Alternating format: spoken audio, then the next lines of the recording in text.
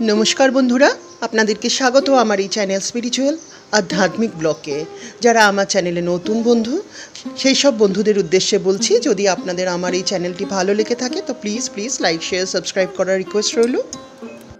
श्री रामकृष्णेर कृपा बले जेदिन मा कालीके प्रथम नरेंद्रनाथ दर्शन करेছিলেন সেদিন তিনি কি প্রার্থনা করেছিলেন মায়ের কাছে, আজকের এপিসোডে আমরা তাই জেনে নেব। প্রথমে ঠাকুর মা ও স্বামীজির চরণে জানাই শত কোটি কোটি প্রণাম। ঠাকুর শ্রী শ্রী রামকৃষ্ণদেবের জন্ম হয়েছিল 18 ফেব্রুয়ারি 1836 খ্রিস্টাব্দে কামারপুকুরে। পিতা ছিলেন ক্ষুদিরাম চট্টোপাধ্যায় ও মাতা ছিলেন চন্দ্রামণি দেবী। শ্রী শ্রী ঠাকুরের 9 বছর বয়সেই উপনয়ন হয়। উপনয়নের সময় তার নাম ছিল গদাধর চট্টোপাধ্যায়। ঠাকুর শ্রী শ্রী রামকৃষ্ণ পরমহংসদেবের আধ্যাত্মিক গুরুরা হলেন তোতাপুরী, ভৈরবীমা প্রমুখ। ঠাকুর শ্রী শ্রী রামকৃষ্ণদেবের পত্নী ও সাধন সঙ্গিনী ছিলেন মা সারদা দেবী। ঠাকুরের শিষ্যদের মধ্যে স্বামী বিবেকানন্দ, রাখাল মহারাজ, লাটু মহারাজ প্রমুখ ছিলেন। 1886 খ্রিস্টাব্দে 16 আগস্ট ঠাকুর দেহ রেখেছিলেন, তখন তার বয়স হয়েছিল 50 বছর। বন্ধুরা, আমরা সবাই জানি নরেন্দ্রনাথ ছিলেন ঠাকুরের একনিষ্ঠ ভক্ত। নরেনের বাবার মৃত্যুর পর তাদের সংসারে দুঃখ কষ্ট খুবই লেগে থাকত।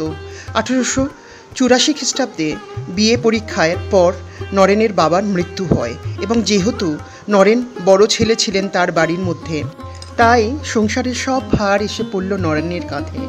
নরেনের বাবা বিশ্বনাথ দত্ত অনেক টাকা রোজগার করেছিলেন, কিন্তু রেখে যেতে পারেননি তিনি কিছুই, বরং তার প্রচুর ঋণ ছিল। এই দুরাবস্থার মধ্যেই খাওয়া পড়ার খুবই কষ্ট হচ্ছিল নরেনের পরিবারের। আর সবচেয়ে আশ্চর্যের ব্যাপার হলো, নরেন্দ্রনাথের মতো ছেলে বিএ পাশ করা সত্ত্বেও কলকাতা শহরে কোথাও একটা ভালো কাজ পেলেন না। নরেনের মা ভাইরা দিনের পর দিন পেট ভরে খেতে পাচ্ছেন না। এই দুঃখ আর কতদিন নিজে সহ্য করবেন? এইসব ভেবে নরেন ঠিক করলেন তিনি দক্ষিণেশ্বরে গিয়ে শ্রী শ্রী ঠাকুর রামকৃষ্ণদেবকে এসব কথা বলবেন এবং এর একটা বিহিত চাইবেন। যেই ভাবা সেই কাজ। নরেন গেলেন দক্ষিণেশ্বরে শ্রী শ্রী ঠাকুর রামকৃষ্ণদেবের কাছে। নরেনের সব কথা মন দিয়ে ঠাকুর শুনলেন। শুনে তিনি নরেনকে বললেন, তুই একটা কাজ কর নরেন, আজকে মঙ্গলবার, আজ রাতে তুই মায়ের কাছে গিয়ে যা চাইবি তাই পাবি। আমি তোকে কথা দিচ্ছি, আমি তোকে বলছি, তুই আজকে যা চাইবি মা কাছে, মা ভবতারিণী মা কালী তোকে তাই দিবেন। শ্রী শ্রী ঠাকুরের কথা মতো নরেন্দ্রনাথ কালী মন্দিরে গেলেন এবং সেখানে জীবন্ত মা কালীকে দেখতে পেলেন। তিনি জীবন্ত মাকে দেখে কি চাইবেন ভেবে পেলেন না, শুধু মায়ের দিকে তাকিয়েই থাকলেন। এইভাবে ওই দিন রাত্রে 3 বার তিনি মায়ের মন্দিরে মাকে দর্শন করেছেন, কারণ ঠাকুর নরেনকে 3 বার পাঠিয়েছিলেন মা কালীর কাছে তার দুঃখের কথা বলার জন্য। কিন্তু 3 বার গিয়েও নরেন মা কালীর কাছে টাকা পয়সার জন্য কিছু বলতেই পারলেন না। তার সংসারের দুঃখের কথাও কিছু বলতে পারেননি।